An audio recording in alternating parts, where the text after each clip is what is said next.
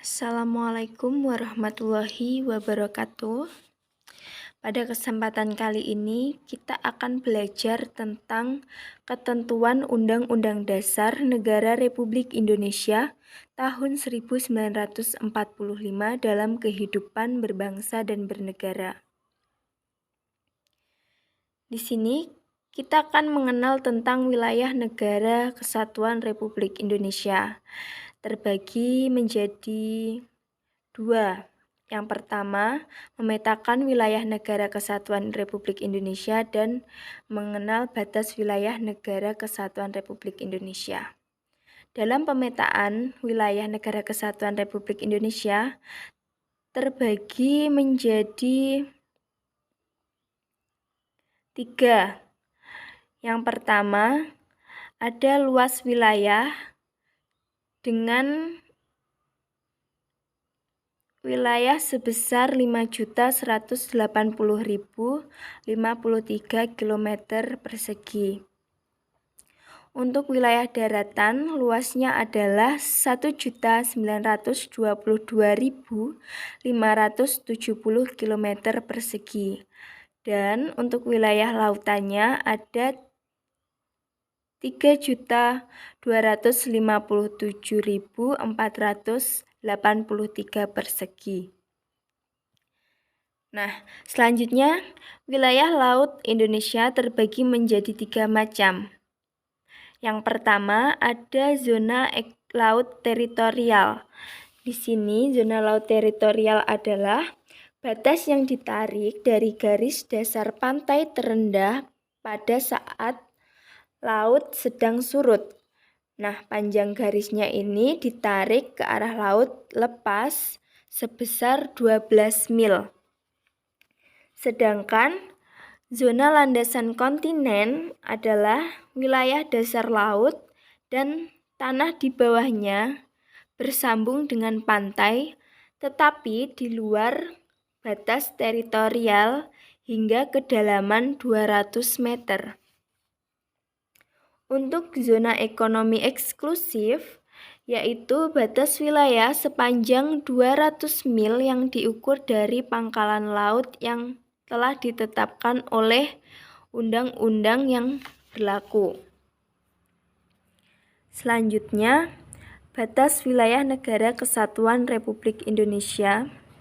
Sebelah barat itu ada Samudra Hindia.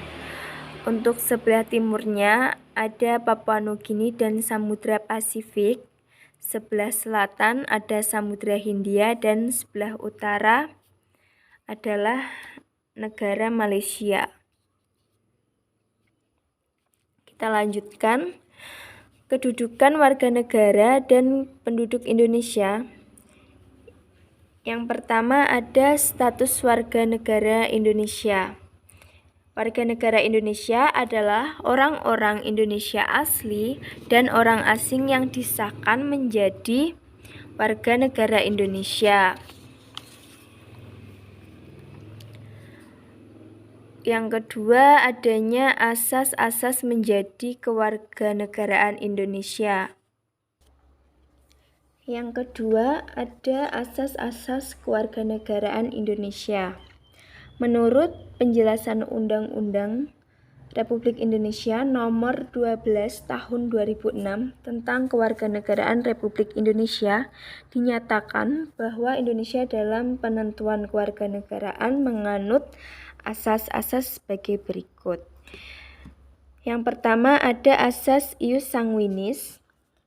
Di sini asas kewarganegaraan seseorang berdasarkan keturunan dari orang tuanya.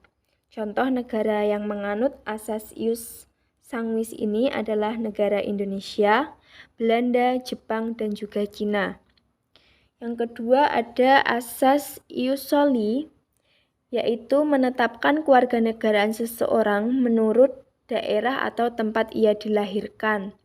Negara yang menganut asas ius soli ini adalah Inggris, Amerika Serikat, Mesir, dan sebagainya.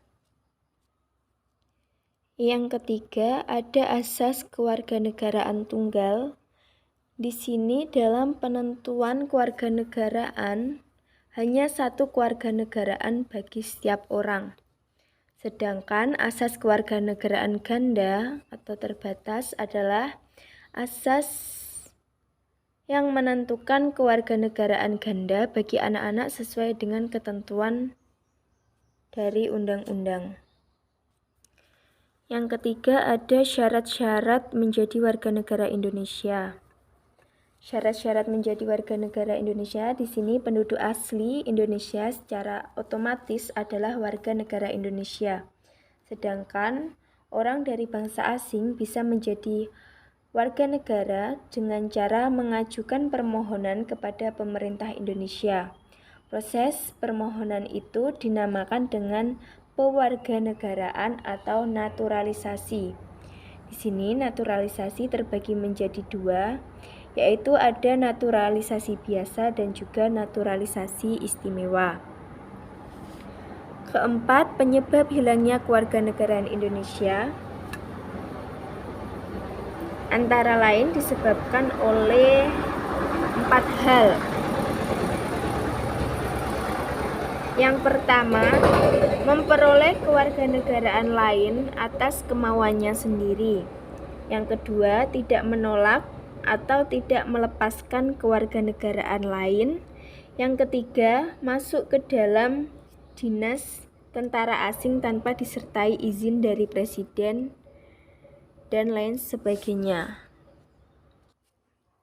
Nah, setelah kita mengetahui tentang wilayah, selanjutnya kedudukan warga negara Indonesia, ada asas-asas, syarat, dan penyebab hilangnya kewarganegaraan, kita akan belajar mengenai kemerdekaan, keberagamaan, dan kepercayaan di Indonesia.